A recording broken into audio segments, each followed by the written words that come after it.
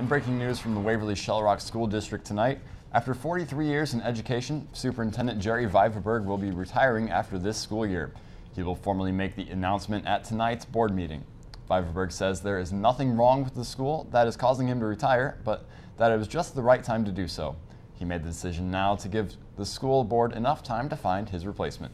Viverberg's tenure at WSR will end on July 1st of next year. A temporary bill signed into law will keep student loan rates from skyrocketing. Under the bill, interest rates will stay at 3.4% for subsidized student loans until next summer. That rate would have doubled in July if the bill wasn't signed. Wartburg launched its first ever Everyday Hero campaign last week. The national project focuses on bystanders who may see bullying but don't try to stop it. The school's efforts in the campaign included posters, bystander training, and signing a pledge to stop bullying.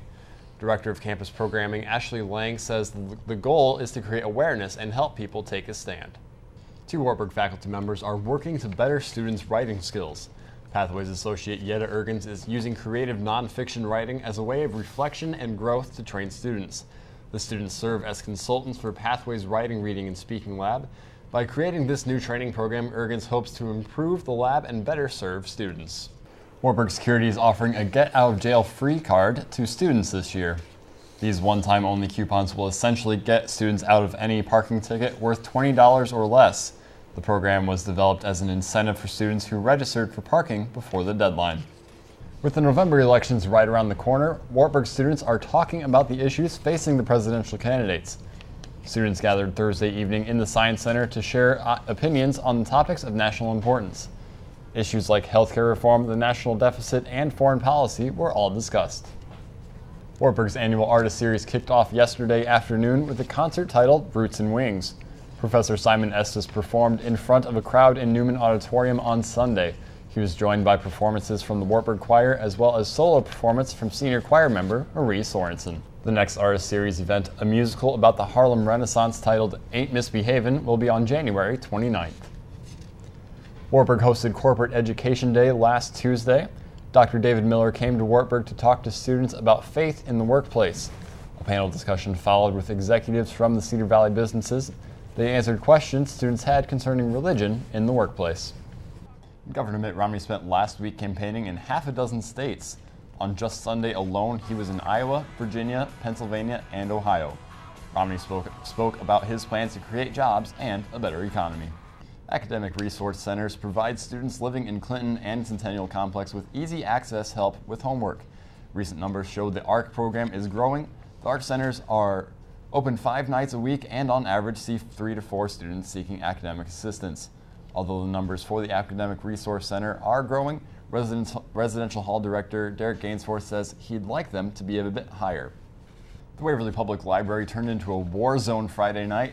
The library's monthly Nerf gun war gathered people of all ages to enjoy a few hours of friendly warfare. Participants were allowed to use foam darts and Nerf guns during the after-hours battle.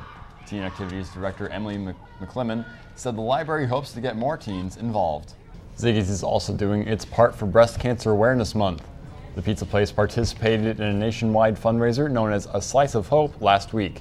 10% of proceeds were donated to Karen Mullen Foundation to aid in breast cancer research. And the Wash House here in Waverly also aims to give back to breast cancer research, but in a colorful way. Two of our very own, Kelsey Bemis and Shelby Granath, stopped at the salon last week to purchase pink hair extensions.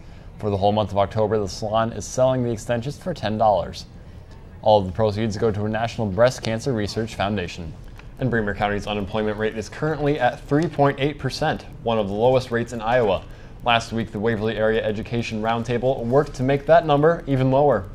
The group held a job fair Wednesday to help both college students and community members make the connections needed to find work. Over 18 employers were at the job fair, and chair member Fred Ribbett says the fair works to help employers find future employees. An Iowa baby is making headlines because of her weight and birthday. Layla Fitzgerald was born in Des Moines on October 11th, 2012 at 1300 hours and 14 minutes military time. She weighed in at 8 pounds and 9 ounces, and what's so special about that? All of the numbers associated with Layla's birth read as follows: 8, 9, 10, 11, 12, 13, and 14. To make the birth even more unique, Layla's parents say she was born a week early. One fearless man broke world records on Sunday when he jumped from the edge of outer space. Felix Baumgartner ascended into the capsule lifted by a paper-thin balloon to an altitude of 120,000 feet for a start of a world record skydive. He was falling over 800 miles per hour, which makes him the first human ever to break the sound barrier outside of any carriage.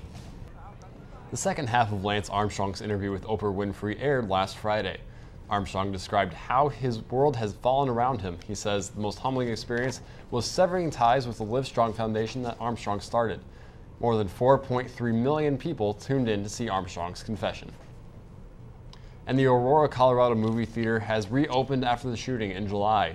James Holmes is accused of killing 12 people and wounding 58 others in the theater. The mayor of Colorado says he heard an overwhelming support from residents that they wanted the theater open again. Community members say the reopening of that theater is a sign that they're moving forward. And Israel might be going on the offensive against Iran's nuclear capabilities.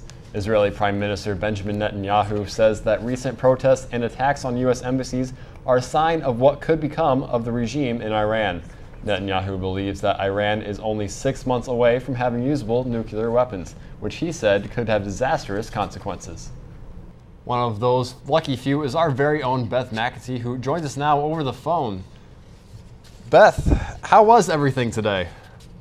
Oh, it was really exciting. It was awesome to be there today. Okay, and I know security has always been a big issue. Was there a lot of screening to get into seeing the president's speech as well? It was just like an airport screening. You just went through the one checkpoint kind of, and then you could get in. Well, thank you so much, Beth, for calling in. I hope you have a great rest of your trip. Thank you.